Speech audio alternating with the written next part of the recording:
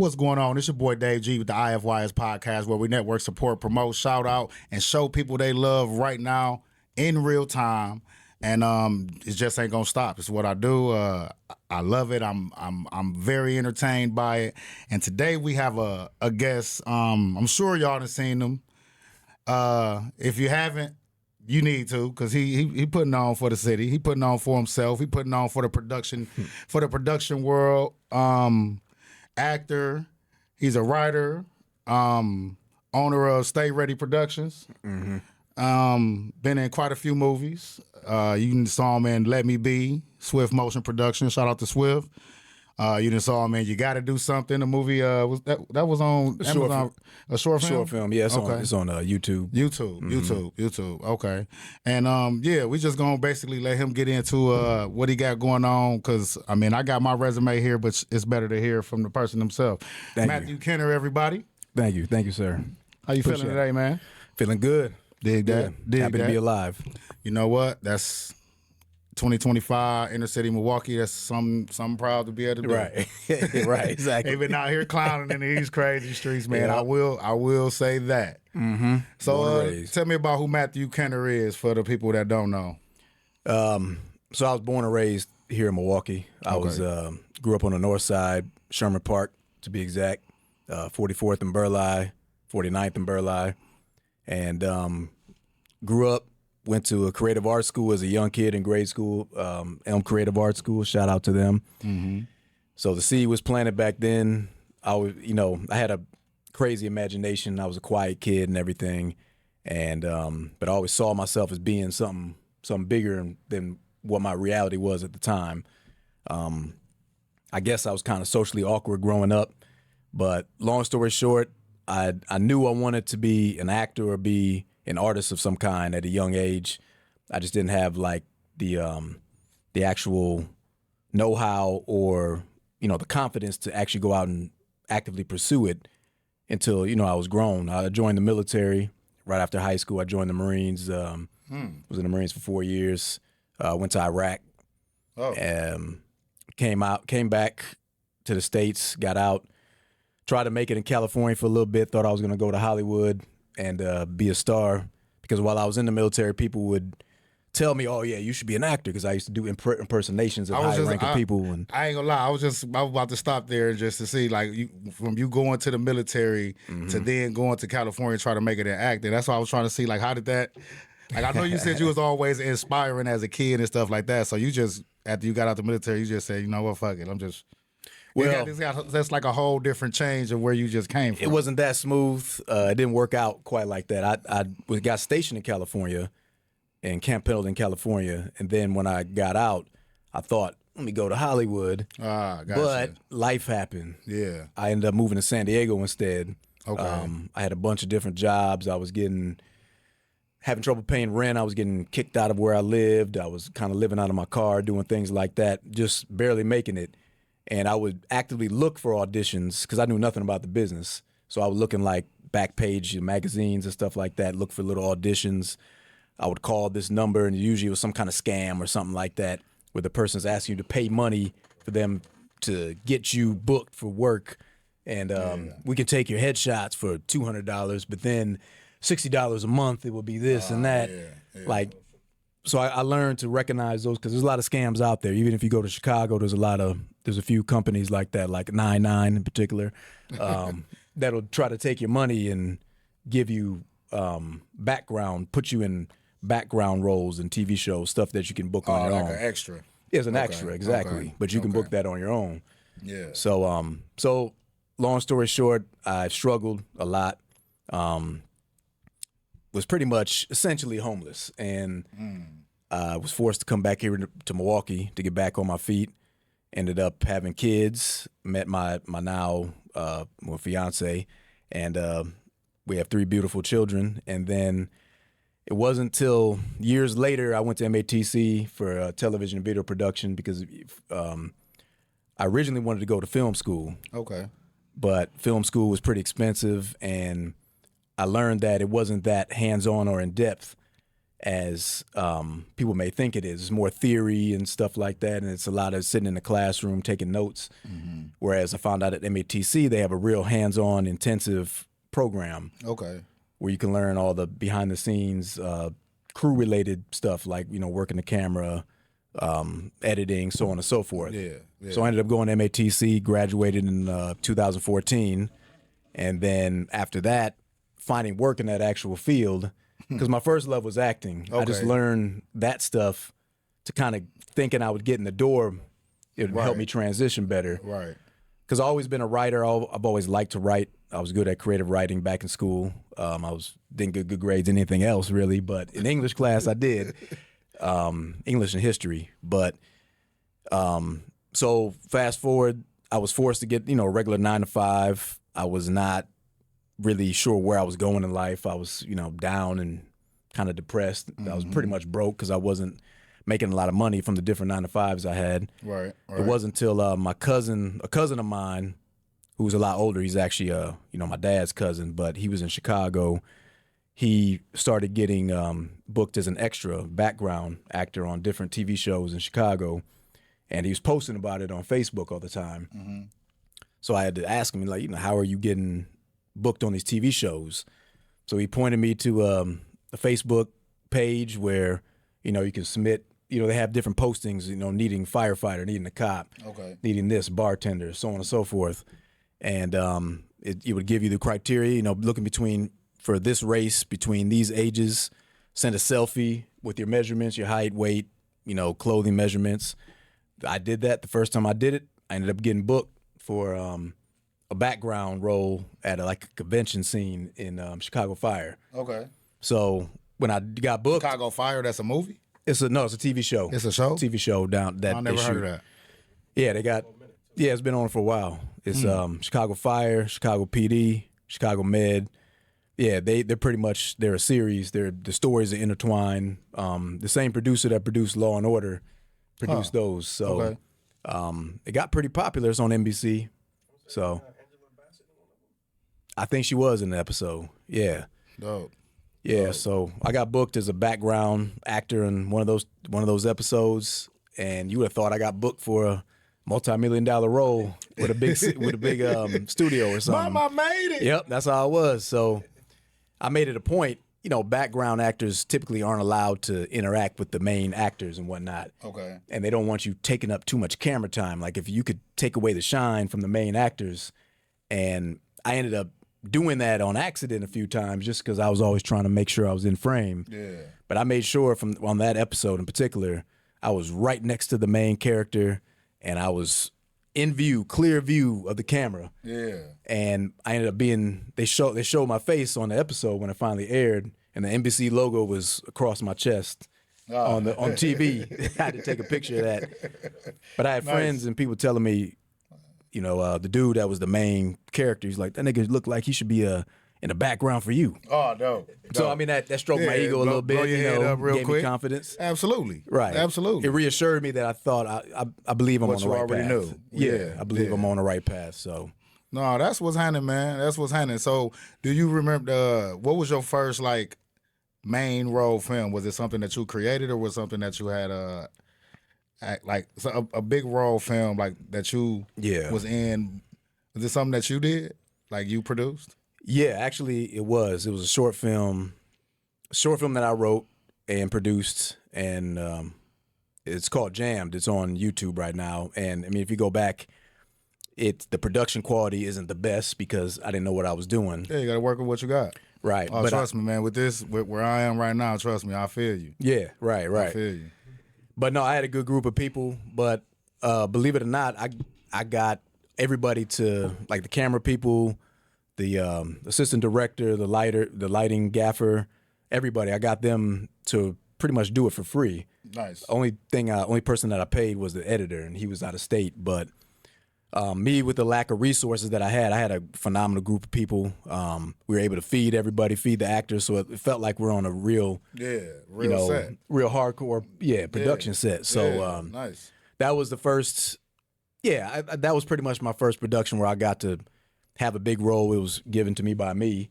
And then after that was a movie called Sweet Killing Machines that my now friend, I met him doing this film, but my friend Austin Galante, who was also the writer and director of our latest film, Sanguine Teeth on a Driftless Road. I know it's a long title, but it's a Sanguine. Okay, that's how you say it. When I saw that title, I'm like, I don't want to butcher that. No, you good. I would have butchered that, but it is kind of how I said it, sanguine. Yep. It means red. It's like another color for the color. It's another word for the color red, reddish color, like blood. Okay. Yeah. Okay. So it's a comedy, a horror comedy, but he wrote and directed that, and that's who Swift is helping get on Tubi. So helping him get that film on Tubi. But his first film, his very first project, he was looking for some main actors, and that film, it was shot guerrilla style, like in a hotel. The hotel didn't know we were shooting it. Gotcha. But yeah, his main actor had dropped out. The dude claimed he got in a car accident or whatever, and just fell off, backed out. Yeah, just flaked. So we knew mutual people. We knew a mutual guy. The guy that did sound for my first film, named my guy Doug, he was friends with him already. He told Austin about me, and then Austin, I got the script like 2 days in advance, went out to Madison in the Best Western Hotel across the street from the Capitol building. We camped out in this hotel room for 2 days. I memorized that script in a matter of like pretty much 24 hours, for the most part. Huh. Other than that, that's crazy. Well, I'm not gonna say I memorized it completely because I was still off. Right, but you were able to, to get the gist of it. Yeah, right, exactly. Yeah. And we kind of just, went line by line. Like I'd have the script laying down in front of me while I'm doing a scene in the bathroom, like I'm brushing my teeth. He'd keep it rolling. I'd look down at the script. Okay, get it together, rehearse a little bit, and then do the line. And we go line by line. He'd just keep rolling. Mm-hmm. So his film is where I got my first lead role.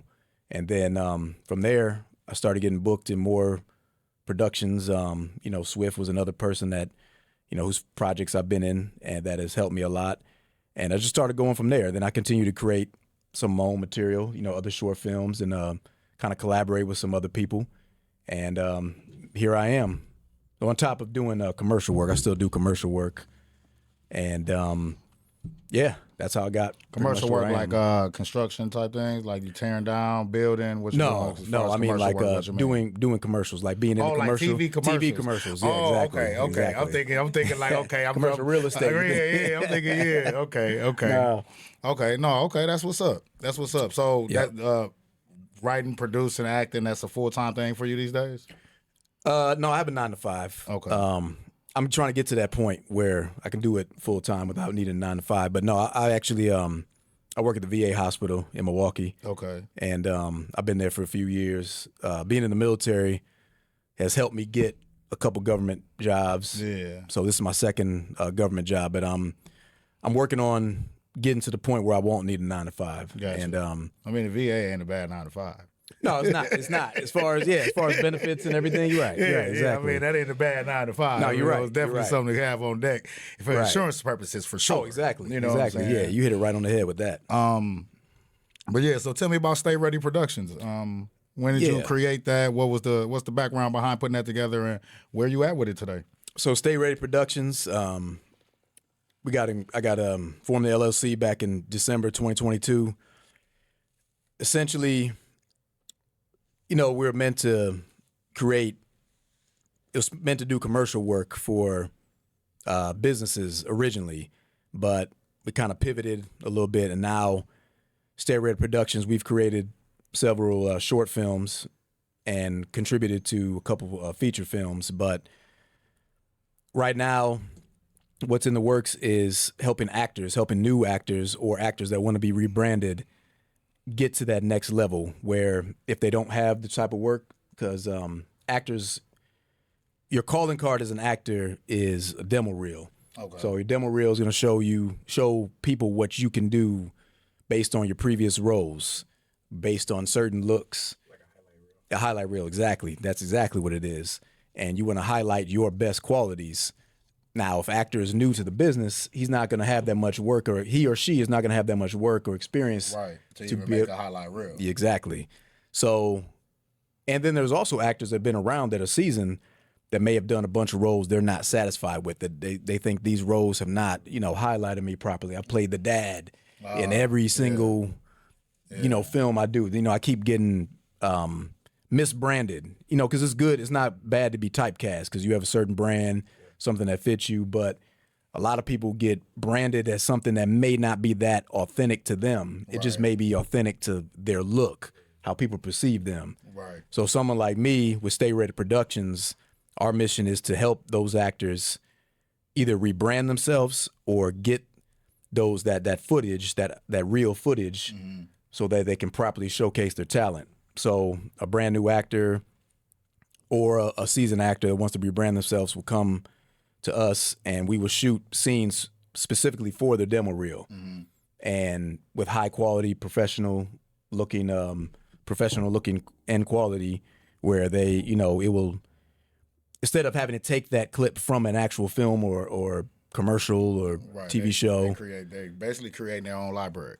Right. We sit there and we shoot a scene. Like if you two are in a scene and you're at a bar having a conversation about how your wife's pregnant or something like that, people would think that's from a bigger. That clip is from a bigger production, from like a film. But no, just making that clip. We're making that clip, and specifically that clip. Oh, gotcha. And we will sit down and work with the actor and ask them, what have you always wanted to play? We'll get to know them personally in real life. Okay. And then create a story based on what they want to do. Them individually, or what they want to do, what they want to play, what they haven't had the opportunity to play. Right. Yeah, exactly. Yeah. We're shooting scenes for them that look like, was in something big. Exactly. No, I like that. Yep. I like that a lot. So that's the mission of Stay Ready Productions. You want to stay ready. You want to always be ready. Stay ready so you don't have to stay ready. So you ain't got to get ready, man. That's for sure. So let's go back to the rebranding thing. So as an upcoming actor, not you personally, but just any upcoming actor that's trying to make it in the game. Say they run across an audition and they going for like the big role. They don't get the big role, but they do get like the role that don't necessarily show their acting skills. Is it a bad idea to turn roles down like that, or should you? Because should you still go for the exposure? I would say if you're brand new, I would say still go for the exposure, because you want to get the experience, you want to get the reps in, you want to see how it is on a movie set or a TV set.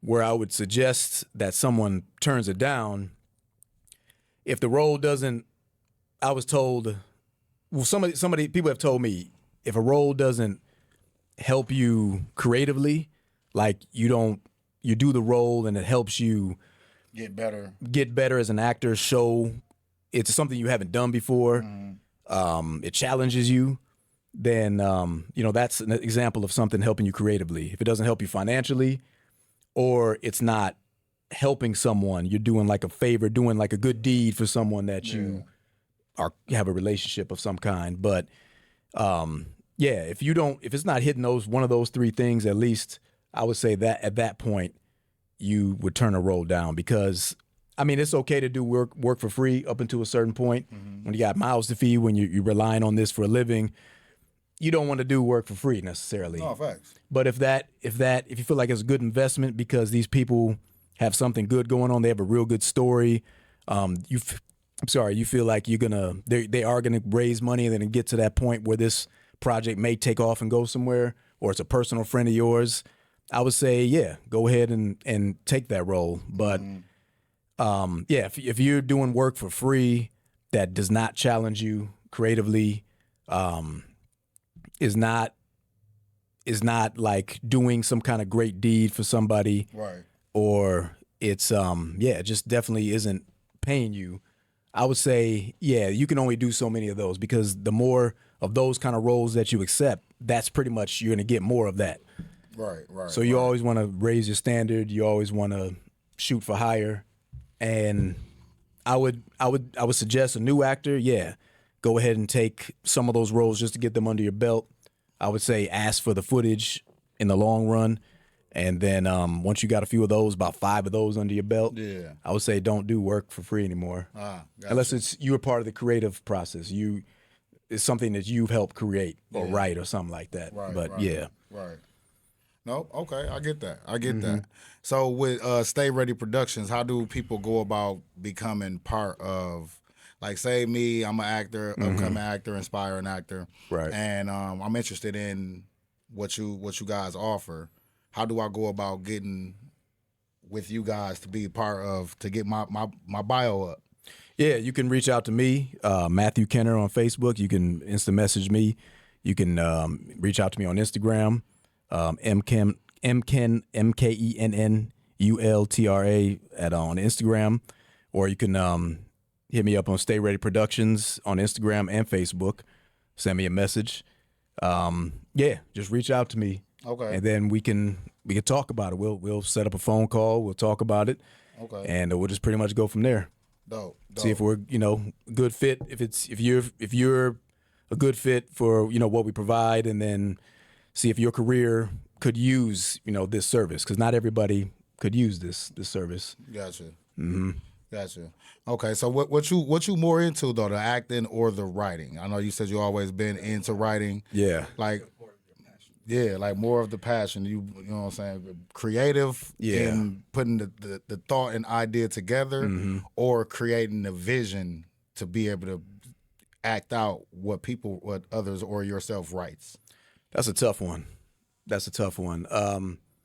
They're pretty equal, but I would have to give the edge to acting.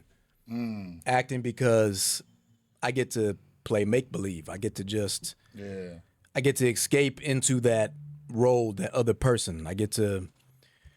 Acting is not for everybody. It is a special skill, but it's not hard if you have an imagination. Right. You just dive deep into that person, that character. And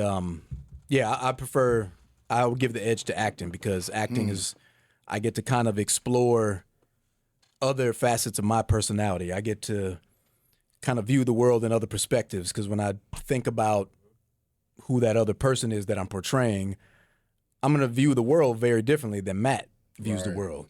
Right. So getting to play make-believe like that, getting to expand, I kind of learn about myself a little bit. It may sound a little cliche, but it's true. I get to learn about myself. It's also therapeutic. Like recently, I played a role that I probably would have thought I would have turned down. That's all I was trying to think of the name of that film. Yeah, Diary of a Accomplice. That one. I wanted to get. I was trying. I didn't want to look like I'm touching my phone too much. I'm like, I cannot think of the title. But Diary of an Accomplice. Yeah. That's the one. Yeah, you had me ask me that was because like it's the domestic violence. October is Domestic Violence Awareness Month. Domestic Violence Awareness Month. Right. So I wanted to get into that too. That role, because first of all, before I jump into that, have you ever got into a role? Like, what's the difference between getting into a role you write? And because have you like actually acted in roles that you've written? Yeah, I have. What is it? Is somebody else's role from, like, if somebody else write versus you write? Is it a different way to get into it, or is it kind of just like a different character? So you still kind of segue into it anyway, regardless of who wrote it.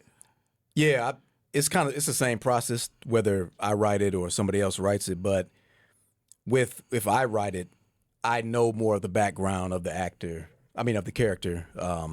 I know the background story, so it's easier for me to get into because I'm the one that made up the character. Yeah. Okay. So I can think of the character's childhood and Like more of a connection. Yeah. Right. Like the character's mom used to beat him when he was 5. This and that. So but with somebody else writes it, I have to ask the writer or the director, what do you want from me? What is this person's story? Because I always wondered that too. Because you watch some movies and some actors just make you believe that they're that person. Right. You know what I'm saying? Like I've seen some dope movies and some even TV shows where it's like, you know what I'm saying? See somebody like Martin or Gina. You know what I'm saying? It's like 30 years, 40 years later, that's Gina. You know what I'm saying? She done did 100 million different things, but that's Gina. You know what I'm saying? So, like, to get into a character and literally become somebody else or something else during that time, like, what is that like? It's kind of it's a big mind game. Like with my film in particular that it's called You Gotta Do Something on YouTube. It's a short film. I wrote it with mental health in mind. I play, a veteran, which, I am a military veteran in real life, but play a military veteran that's trying to transition back to the, civilian world, get a good job, has relationship problems, is dealing with suicidal thoughts. And I wrote that character based on people that I've known, real people that I've known from being in the military, that I've known that have, actually committed suicide. I wrote it based on some of my own feelings and thoughts. Gotcha. But when we were doing that, I got so, I guess you could say I did some method acting, which I don't feel is always necessary for every role, every actor. But I convinced myself so strongly that what I was thinking or feeling as this character was real, that after we were done shooting, I was still like down and in a bad mood. So I was still kind of depressed and everything. And I was like, whoa, I don't know if this is the best approach from now on. But yeah, you just kind of, I try to just use my imagination and just, and not necessarily get into that method acting too much. Right. But I think you can deliver just as good of a performance with just, of course you want to put yourself, you want to become that character to an extent, but you're not sitting here telling your brain, this is really happening. I'm really, my dog really died or this and that. Like you don't want to get too deep into that. You can use your imagination based on what you've seen as real life examples before and still dive deep into that character. So it is kind of you're kind of screwing yourself mentally sometimes when you really do that. I mean, it seemed like it. It seemed like it. I always think back to when they talk about Tupac when he played Bishop. Right. That's how I always view actors. Like when they go into something, they say like literally you have to like tell him like, hold on. Right. Hey, wait a minute, man. This is a movie, right? I think that gives it a more authentic feel. Yeah, it does. That felt real. Yeah. Oh yeah, it was definitely a real thing. Like, we all know that guy. We all know somebody. We all know a Bishop. Yeah, right. You know what I'm saying? We all know a Bishop. Right. You know what I'm saying? I mean, what I do personally, I use substitution. So like if I'm playing a character, and say if you're playing my cousin in the film, like me and you are opposing roles. You play my cousin or somebody like that. I'm really going to imagine like my real life cousin, you as that person that's something he or she did in real life to me 3 years ago when we were kids or whatever. And I'm really going to use that as an example to bring out those emotions. Gotcha. If I'm yelling at you or I'm, saying this to you or whatever. Gotcha. So it's a lot of substitutions. Yeah. And I was taught that acting is not necessarily a cerebral thing. It's more of a feeling. You act with your entire body. You want to be loose. You want to feel it like you're not thinking and overanalyzing it. You want to feel it. And I have had a bad, in real life, I've had a bad habit of overanalyzing things. So acting has been therapeutic to just let me flow and let me just kind of let things happen and just, because your best performances come when you just let it flow. You be yourself and right. So it's very therapeutic. How was it playing the role in the Diary of Accomplice though? How was it playing that role? Man, now that was dark. So I originally didn't want to do it. I told Miss Brenda, who was the woman that wrote it, I originally told her, I don't know if I want to do this. I mean, she personally picked me, and I'm thinking, do I look like a woman beater? Like, why are you picking me for this? And he looked like the perfect motherfucker right, to beat a bitch up. Right, exactly. But I realized, that because there was nothing positive about this guy. So I'm like, well, this role could be therapeutic in a lot of ways because although I've never been a woman beater, for the record, yeah, right. I can relate to Melvin's. That's the name of the character, Melvin Hudson. I can relate to the emotions and the aggression. I knew Melvin's backstory, what happened to him that led to him being a woman beater. He wasn't born that way, but he was abused by his mother, and he had some things happen. But I could empathize with that character's backstory, and I can relate to some of the pain and the emotions and the frustration of being in a relationship and yelling at your woman and being mad at her and imagining yourself putting your hands on her, but you know, not acting on it.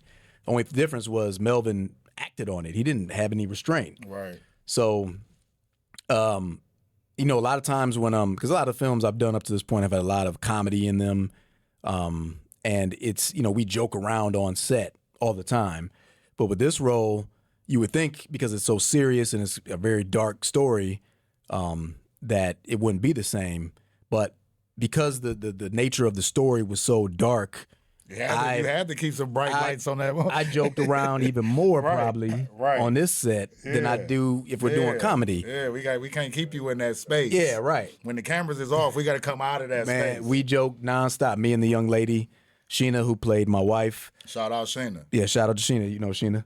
I don't know Sheena. Okay, shout out to Sheena. I know she did a damn good role in that movie. Exactly, yeah. And that was her first role, by the way. Oh, see, even colder. Yep, she's a very creative young lady. What's crazy is I know a Sheena. Mm-hmm. Oh, okay. And I know a Melvin. Really? They married their husband and wife? No, they not. I'm just saying, like, I know those type of people. I'm saying the type of person Sheena is that kept on taking them back. Yep. Kept on making the excuses for him. Well, Vicky is her name in the film, though. Vicky. Well, Sheena's the actress. I'm saying, whoever.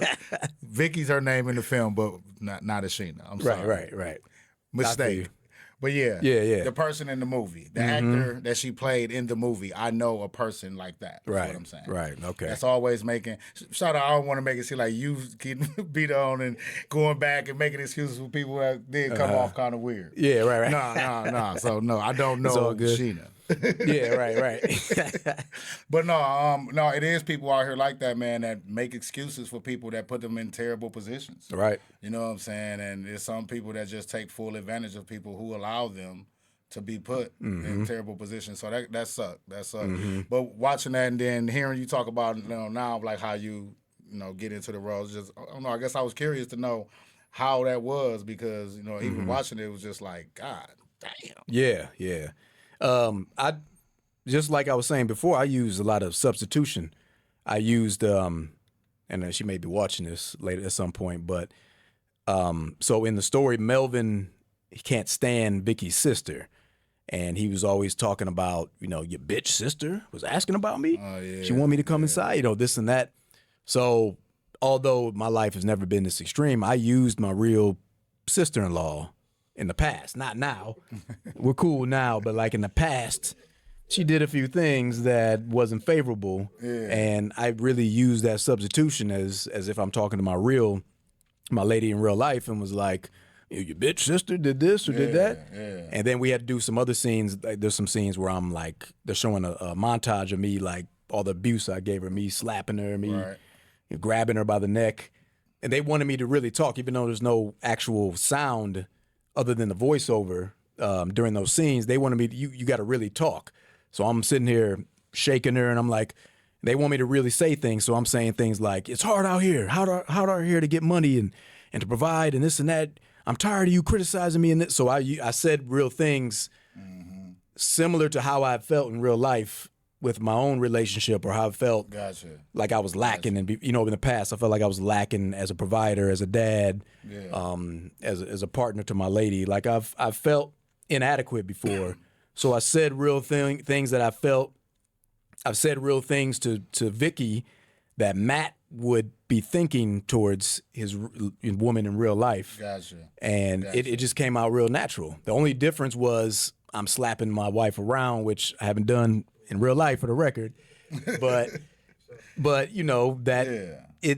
I'm different than Melvin, but the emotion and the aggression was very natural, and it comes from tapping into real situations. Yeah, I think we all done been in a situation where we like, man, lucky I ain't like the rest of these motherfuckers. Right, exactly. Another nigga would have knocked your noodle loose. Right. You know what I'm saying? You better. There's a lot of women that take advantage of that. Punch a wall or something. You know what I'm saying? All type of stuff. Exactly. You know what I'm saying? We all done it. We all done it. Yeah, definitely. But a lot of women take advantage of them good guys that will not hit them. Exactly. Oh, yeah. And they go around saying, I beat my man up, I do this, I do that. He know not to fuck with me. Right. Like, stop. come on. Yeah. It is. It's Was trash. it any improv on that set? Oh, it was a lot of improv. Honestly, I improv a lot every role I do, I Okay. improv. Okay. A great deal, actually. I do stick to the script. I make sure I do get the lines down, but there's a lot of scenes I've done that only have 1 or 2 lines, and I'll add like 8 other lines to them, just kind of improving. And when I improv, it's all gas, no breaks for the most part. I kind of got in trouble a little bit for my most recent improv. We're finishing up our latest film that will be. It's probably going to be a 2-part series, but we were shooting a scene, and I ended up saying some stuff. I was improvising because the scene only had me saying 2 lines, but it was me sitting in a living room awkwardly with this woman, and I'm just making small talk.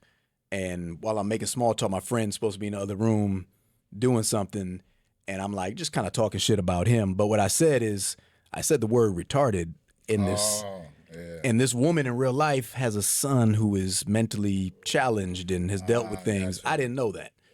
But I was improv, I was just going ham, and I was talking about my guy who's playing this character. Yeah. I referred to him as He's being retired. that, Okay. just to insult his intelligence, not to make fun of those kind of people, because I absolutely. don't do that. Yeah, no, I get it. You know, how fellas talk about each other. Exactly. We grew up in a different era where we said that word like it was nothing. Like it was nothing. And I was called that growing up. So, I mean, so I'm called that as an desensitized. adult. Right, exactly. I'm desensitized to that.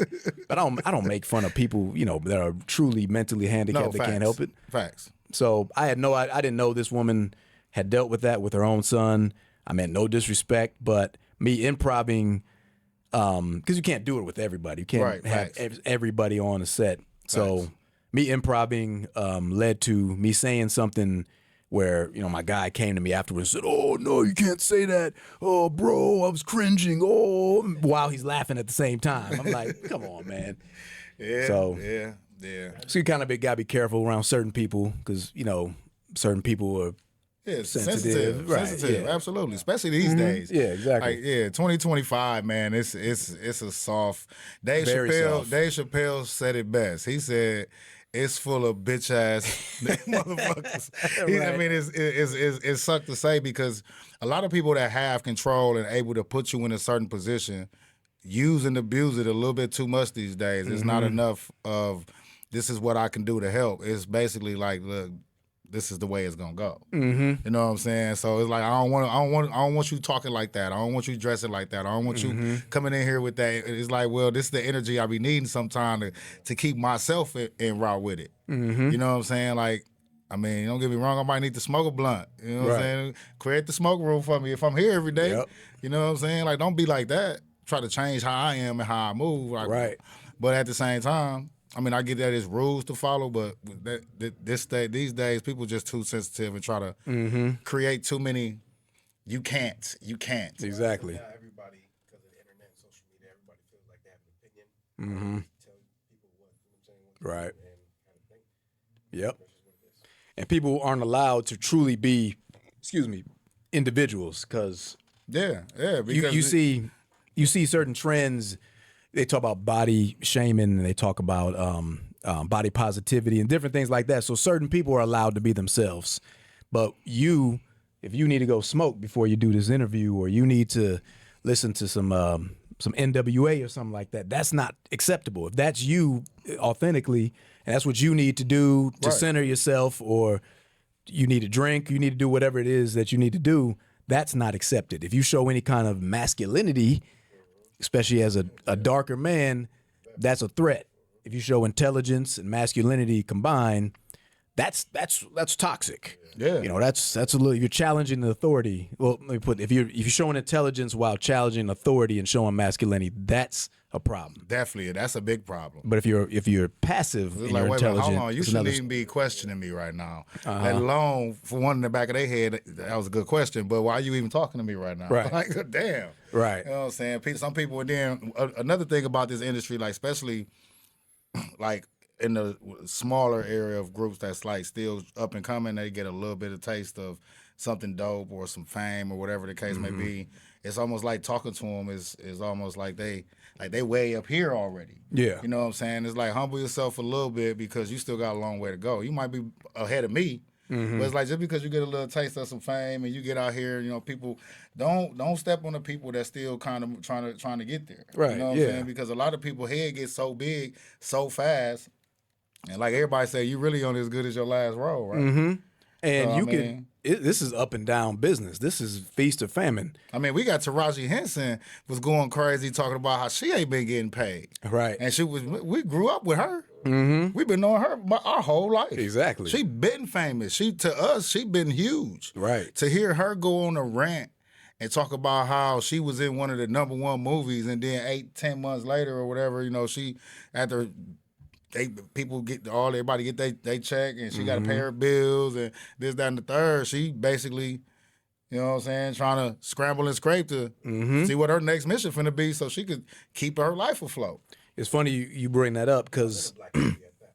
That was a black movie. Black producers.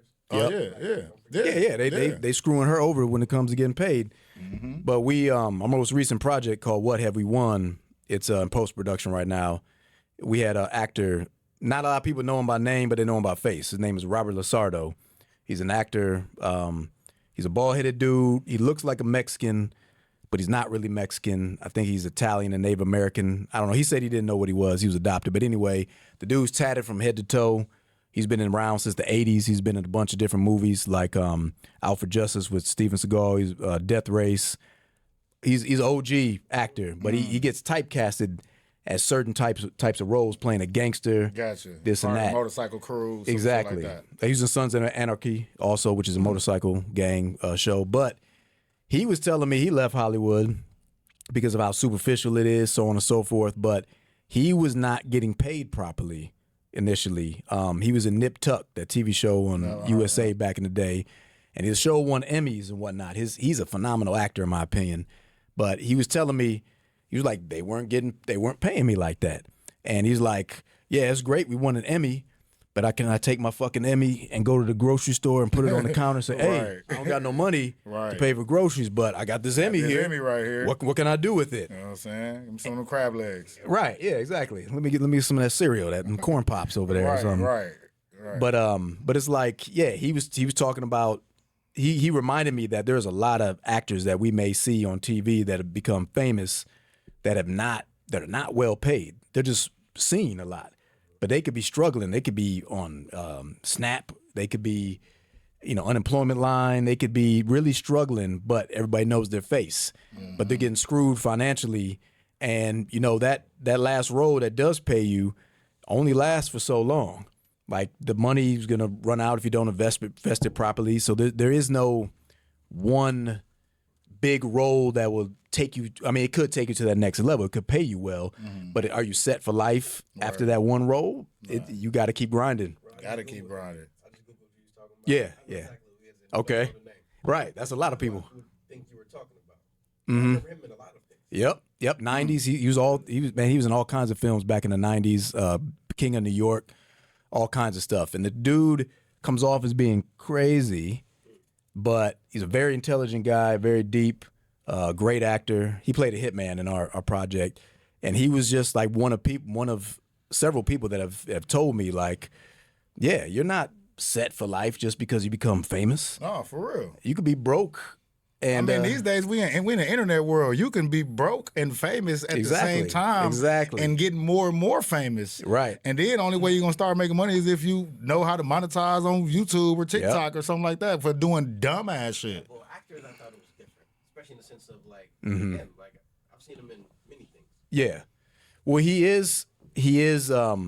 So he's doing well as far as I know. He's working in the independent underground film. Like he's constantly traveling the country, going different states. Getting booked, getting paid. Maybe a few thousand here, a few thousand. I don't count his pockets, but I'm just saying, like, he's getting paid that kind of money. So compared to people who work a 9 to 5, Right. he's doing great. But as far as getting paid millions for a role, compared to like A-list actors, even though he's more talented than A lot most, of them. yeah, Yeah. it's another story. And you can get blacklisted from what I've learned from the mainstream industry like that, just for being different. Yeah, and I also look at like actors look at Samuel L.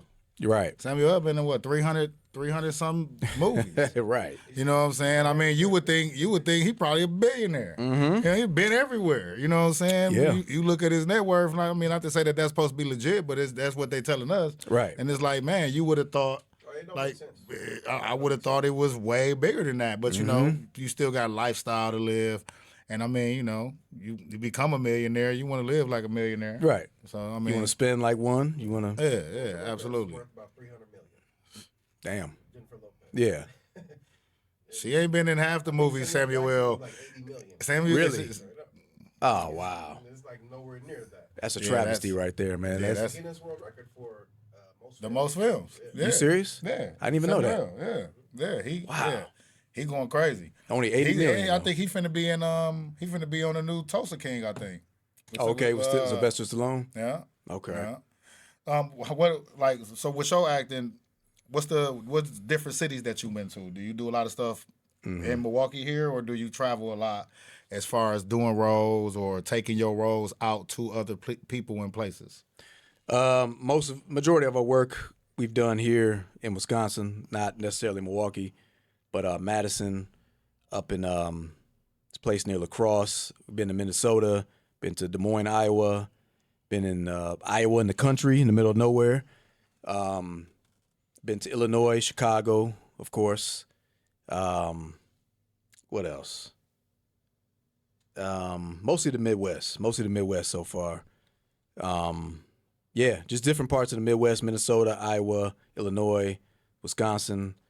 Also, I've auditioned for different roles around the country, but they haven't got booked for those. But yeah, a lot of different places. You know, Madison, a lot of stuff in Madison, and then of course here in Milwaukee.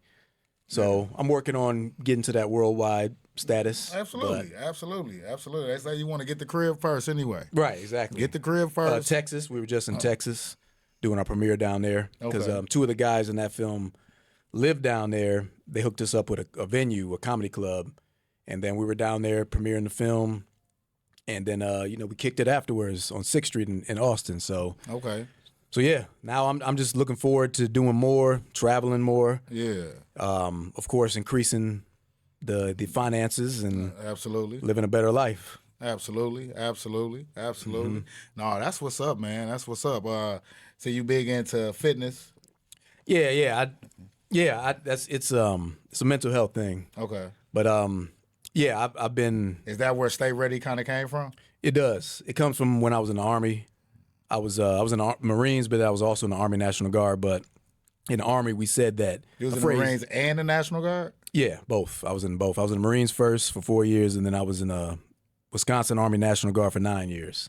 Oh, you earlier you talked about going from the Marines straight to California to Hollywood. Well, yeah, you skipped so- over 9 years in the Yeah. lifestyle. We could have got it all. Like, Well- he did, you know what I'm saying? That's a whole. Well, that came later. It came after California. Oh, okay. Yeah, that came once I came back to Wisconsin. Once I came back to Milwaukee. Okay. I was, struggling for money. I had a son, and was unemployed actually at the time too, and was going to school, but was unable to get into school because the financial aid, the GI Bill, was messing up. It had to do with grades and different things like that. But I was like, man, I missed the military, certain things about it.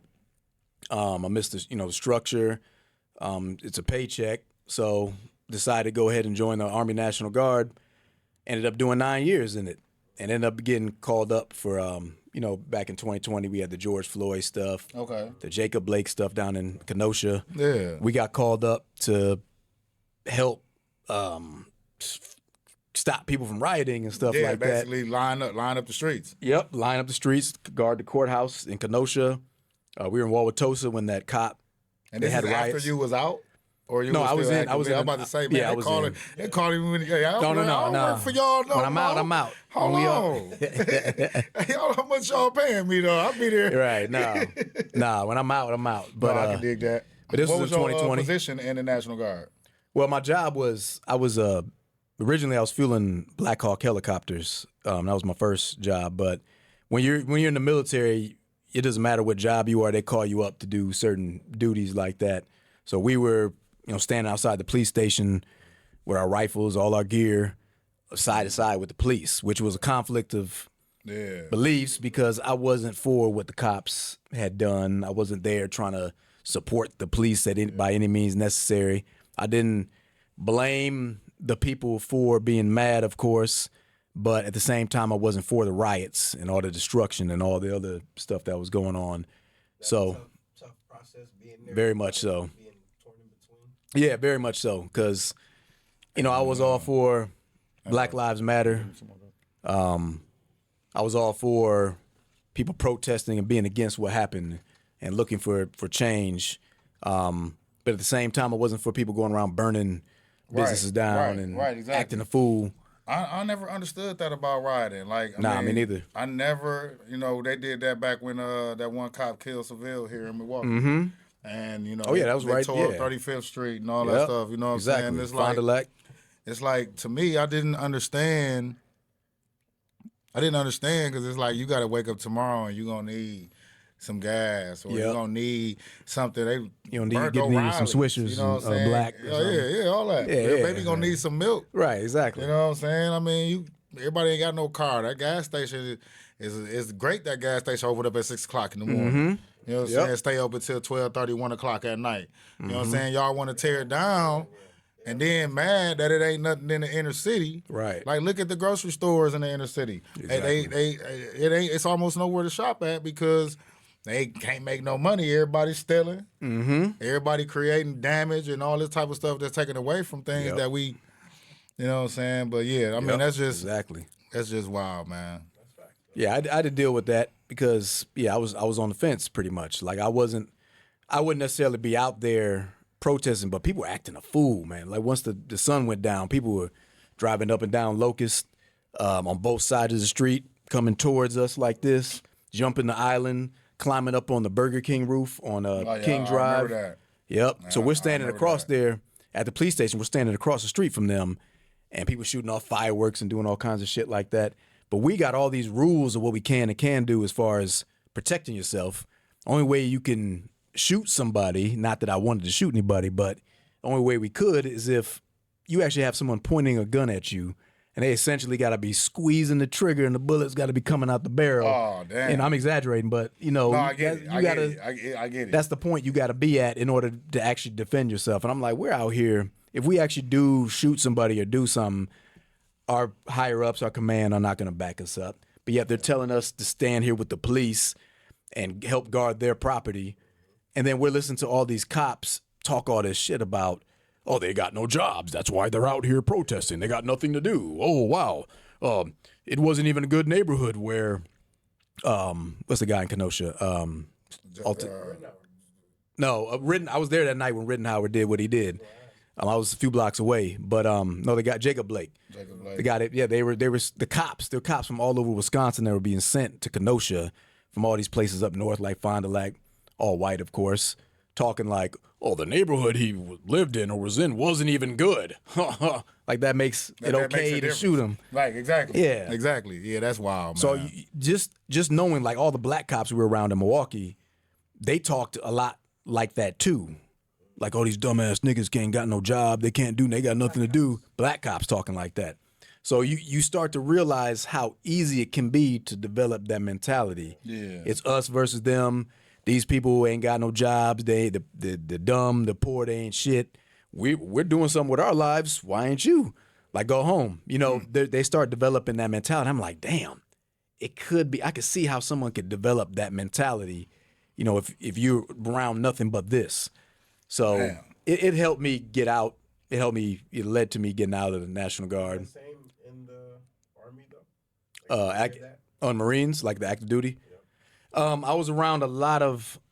I joined. I'm giving my age away, but I joined the Marines around 9/11, and I was around there was a lot of racist stuff being said towards Middle Eastern people, and when I went to boot camp and all the different training I had gone through, it was mostly white guys from like rural Middle America. They're from like Montana, Wyoming. The most racist dudes were from those states. They weren't from the South. They're from Montana, Wyoming. Colorado, Utah, whatever, you know, states out in the mountains. Yeah, North Dakota, stuff like that. And they would be so bold as to kind of just say whatever the fuck they wanted. Like there was very few black guys like in my platoon, and I heard them like, they'd be in a group or whatever, and they'd be like, "Oh, where's Brown? Where's his black ass at?" Stuff like that. I'm like, what? And it was just they just so bold when they're in numbers. But I that was my first time being around white guys who were openly racist. Because growing up here in Milwaukee, the white guys you grew up with, they're either trying to fit in with the black guys or they're clearly who they are, but they stay in their lane. They stay away from black people for the most part, but they never say nothing racist to no group of black guys. Like, you want to die? Right. Like, so it was totally different. They had a different mentality. Not saying they were brave or anything, but I experienced a lot of racial jokes while I was in the Marines. There was guys who were not white but weren't black, like Asian dudes and Mexican dudes. They'd always want to team up with the white guys and crack black jokes. Right. So we'd gang up. I mean, the black guys that were, my friends and whatnot, we'd crack all kinds of racist jokes about whoever's talking shit. And not that it was just funny. It was in fun, but it's kind of sad that you got to do that for fun. Crack jokes about Asian people and Mexicans and stuff. Right. In real life, I would never do that. But when you put me in the situation, you want to talk about us, that's what I'm going to do. But that kind of is natural culture of the military. I mean, I had this one guy on here. Shout out to Twan, Anthony Don. Mm-hmm. From St. Louis. He was in the National Guard. Oh, okay. And he said, and to him, it was like, because he talked about that too, like how you got these racist people in there saying all this, but he was like, because everybody in there was always kind of so around each other all the time. Mm-hmm. So it's like, it really didn't hit as hard as being racist. Mm-hmm. It was like, because we all one. Like I'm gonna need this racist motherfucker to have my back. Right. If the shit hit the fan. So whatever you talking all that nigga, whatever shit you want to talk. If these motherfuckers come, I'm gonna need you to pull that gun and get to doing your thing. Mm-hmm. You know what I'm saying? So to them, he said for them it wasn't so aggressive. But I asked him, I'm gonna ask you this: what you think is more easier to be around, the openly racist white guy, or the guy who gonna be kind of racist away from you?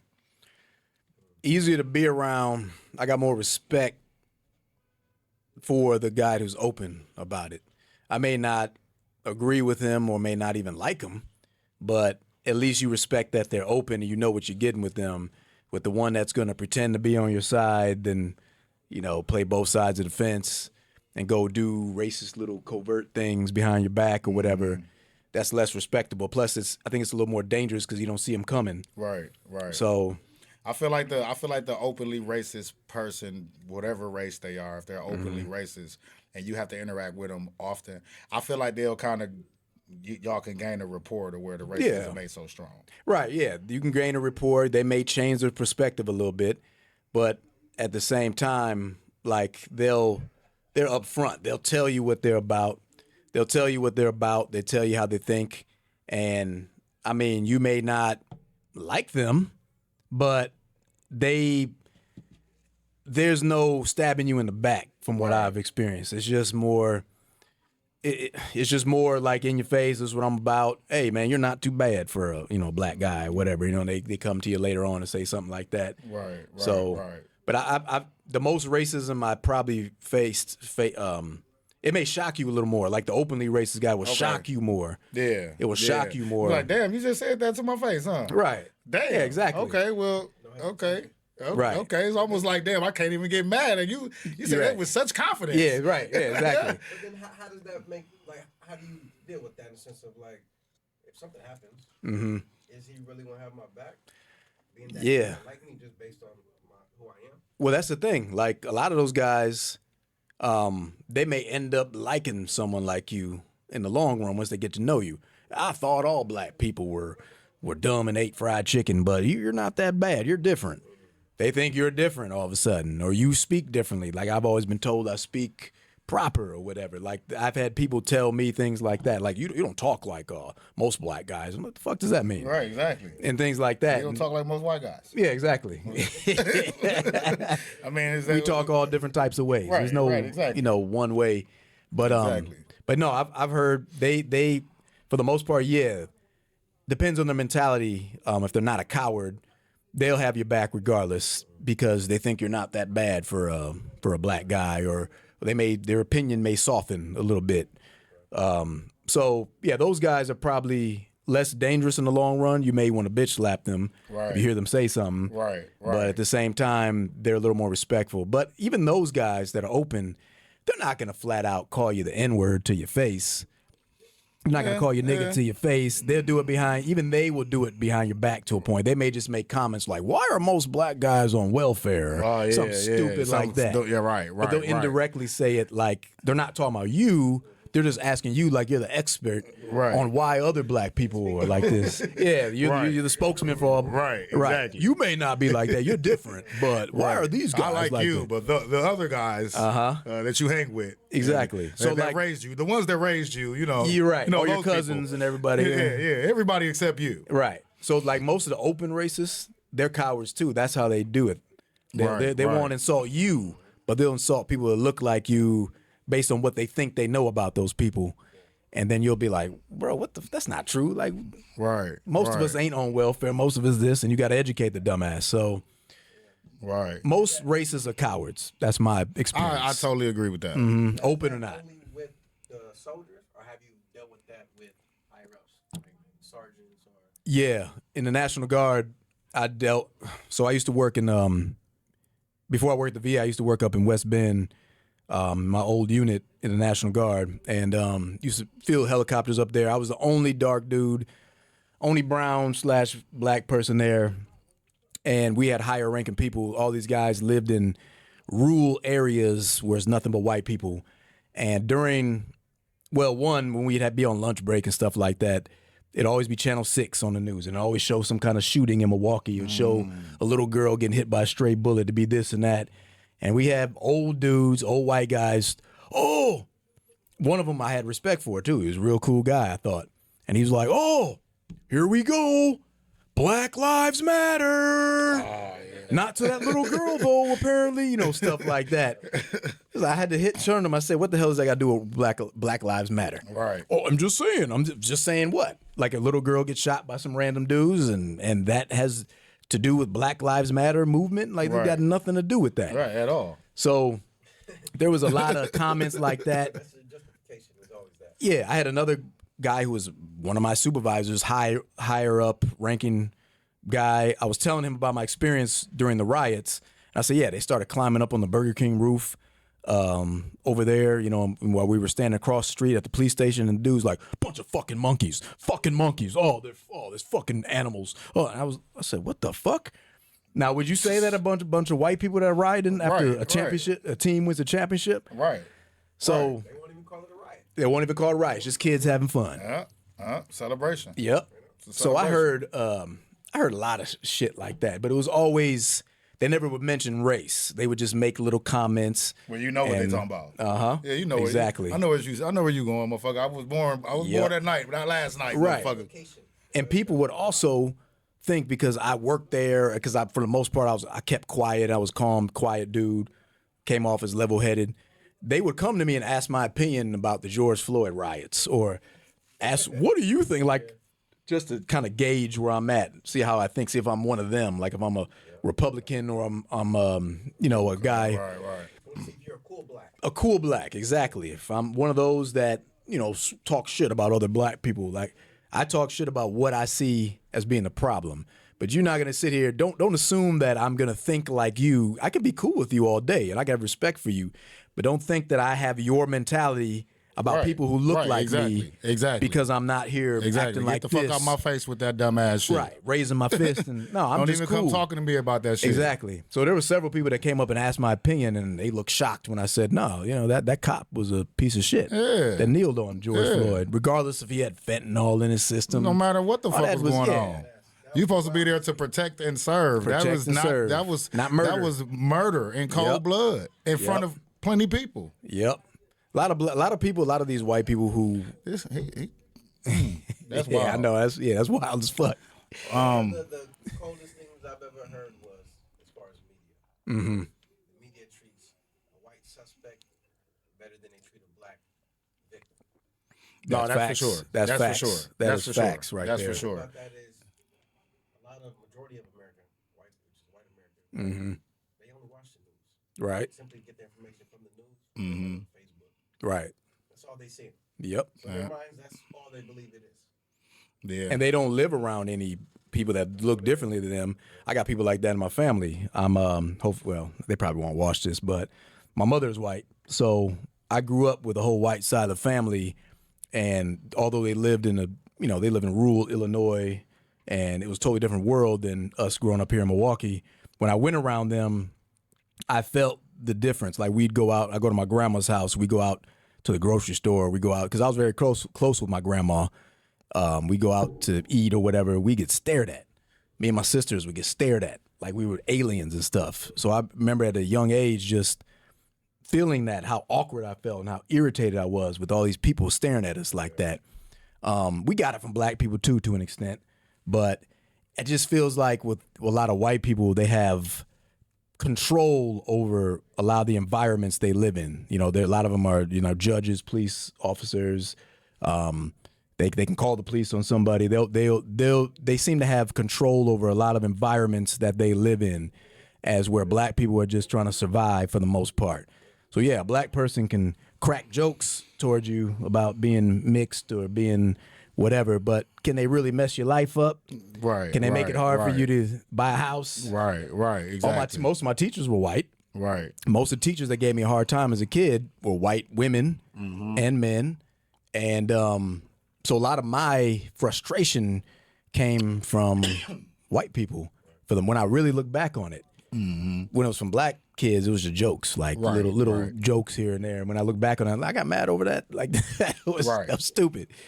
But yeah, but it all frustrated me. But a lot of white people seem to be, not all white people, of course, but like a lot of white people are threatened by an educated, strong black man. Right. If you come off as intelligent and you're confident, right, and you're not weak and you're bowing down to them, they are the most they're way more threatened by that than some dude sagging his pants and coming off as that stereotype. Right. 'Cause that dude sagging his pants and living up to that stereotype, he can be controlled. They can predict him. They can predict what he'll do. He's gonna be emotional. He's gonna be loud. Yeah. You can see him from a mile away. And they're gonna antagonize him until he do exactly what they said he gonna do. So then now look, told you. Yep, told you that's how they all are. Told you. I mean, shit. Yep. Yeah, I mean, yeah, you ain't gonna stop it until I show you what you want to see. Yep. You know what I'm saying? That is based on your appearance. Yeah. Yep. And that, like, it'll be two different perspectives. Exactly. You got a button up on, you got a hoodie on with a hat. Yeah. Mm-hmm. Just based off of that, Yep. Yeah. you're automatically going to be a criminal. Yeah. Right.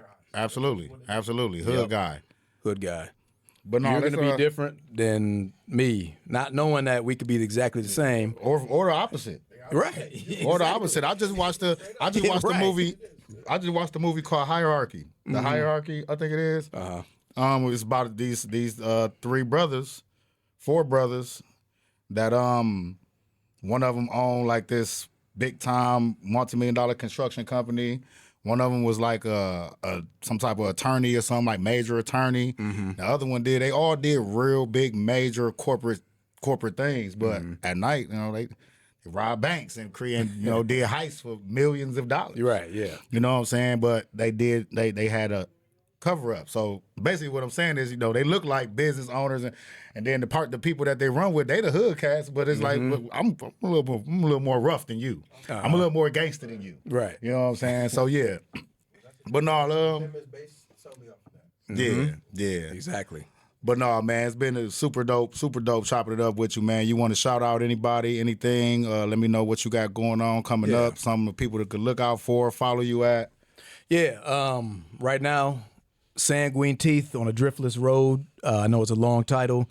It's a horror comedy. It's more of a comedy than a horror. It's not scary at all, really, but it's about 4 black vampires that go on a road trip to a cabin in the woods on an RV. And I play like the OG vampire. I'm like 2,500 years old. And we're partying, we're doing drugs, and we got these feeder girls that want to become vampires that we feed off of. We drink their blood and with the promise to turn them into a vampire one day, and we never do it. Okay. But I mean, Yeah, so that film right now is on Amazon Prime. It's going to be on Tubi soon, so go check that out. Also, Diary of an Accomplice. It's on YouTube. We are going to start the Kickstarter fundraising program soon to raise money for the feature film. That will be a feature film. Hopefully, we can get that produced and shot in 2026. But right now, the short film is 17 minutes long. It's on YouTube. Shout out to my guy Austin Galante. Shout out to Brenda Beeman Isabel, the writer of Diary of an Accomplice. Also, What Have We Won will be coming out in 2026. Okay. Hopefully we can get that on Tubi. Let Me Be Season 2 is on Tubi right now. I play Caden in that. All About a Check 1 and 2 is also out right now. I'm also play an FBI agent in both of those films. So I got a few projects going on, a few projects in the works, things that I've written that I'm looking to get produced coming up soon. No, that's dope. And yeah, just working. Horror movies are not really a black genre. Why do you think that is? That's a good question, man. I think because a lot of horror films probably involve people doing dumb things that aren't realistic to what black people would stereotypically do. Right. Especially like a lot of killers do weird sadistic stuff. Yeah. Yeah. Traditionally, like that is in woods and shit. Yeah, right. Yeah, and the victims do dumb shit that you like, why would you do that? Right. And there's a lot of things, and plus a lot of black people have been kind of conditioned, and I'm not disrespecting anybody's religion or beliefs, but a lot of black people have kind of been conditioned to think in a small box because of religion and different things like that. They can't accept a vampire film or something because vampires are considered demonic, evil or demonic. Exactly. So like, do you allow your brains to expand to a point where you can get into a genre where you have some stuff that is not, you look at it as being anti-God or something when it's not. It's not. But I think that a lot of limitations on the thinking of a lot of darker people kind of keep them from getting into certain genres of film, like horror being one of them. Okay. But why we always die in the first 5 You're right. Yeah, you always die quickly. Right. Well, that's the filmmakers doing right there, but they want to get you up out of there. But yeah. So that's cool. what I think. Well, that's what's happening, man. That's what's happening. So Matthew Kenner, Facebook. What you say your IG was? IG is Mkennultra. Mkennultra. So MKENNULTRA on Instagram. You can also the check YouTube page. YouTube page is Diary of an Accomplice, or it's MK Machine on YouTube. So I have a few short films and projects that are on there. But right now, Diary of an Accomplice on YouTube. You can check that out. It's about 17 minutes long. We are looking to start the campaign to raise money for the feature film soon, in a few days, November 5th. So yeah, we gotta. It's been well received up to this point, but I guarantee you will enjoy it. Yeah. And we're just looking to, keep moving, keep grinding, keep working. Same here. No, you're doing great with this podcast, man. Man, I appreciate it, man. And it's because of people like you. You know what I'm saying? Thank you. The whole thing is to make sure that when somebody got something going on, I just want to be another leg to stand on. You know what I'm saying? And because of people like you, people like me can advance their careers and absolutely, promote ourselves properly. And this, you know what I'm saying? This broadens my thought process of what's out there and who's out there. Like, because I become fans of things that it's like, damn, I never probably would have even looked like, you know what I'm saying, certain things. So I don't watch a lot of movies on YouTube. Yeah. So like now it's like, I'm not gonna have to go back and check out a couple other things you got, because it's like the Diary of an Accomplice was definitely a good short film. Yeah, thank you. It definitely was. that's on YouTube.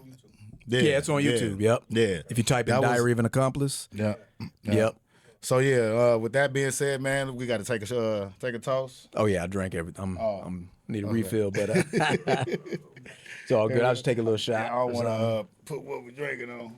Right. Yeah, definitely. I'm drinking water. That's all I'm drinking. But yeah, man, we're gonna definitely have to link again in the future. Yes, definitely. And whatever you got going on, Thank whatever new upcoming things you got going on, I want you to tag me in them. Oh yeah, So I can share. I appreciate you sharing them. that. Yeah, by the way. absolutely. Yeah, Absolutely. thank you, Absolutely. man. And I want to share more. Yeah, You know what I'm saying? So whatever definitely. you got, man, send it to me, tag me in it. And that way, you know what I'm saying, we can, add me as a collaborator or whatever. We could just, both our followers and subscribers can be saying the same stuff. Most definitely. And I'm down for it, man. Yes, sir. Toasty, thank you for having me. Man, no doubt, man. It's Day G, IFYS Podcast, Matthew Kenner. We got my guy OZ in the back. You saw him before. You're going to see him again. Yes, sir. And, we in. I ain't even take my sip.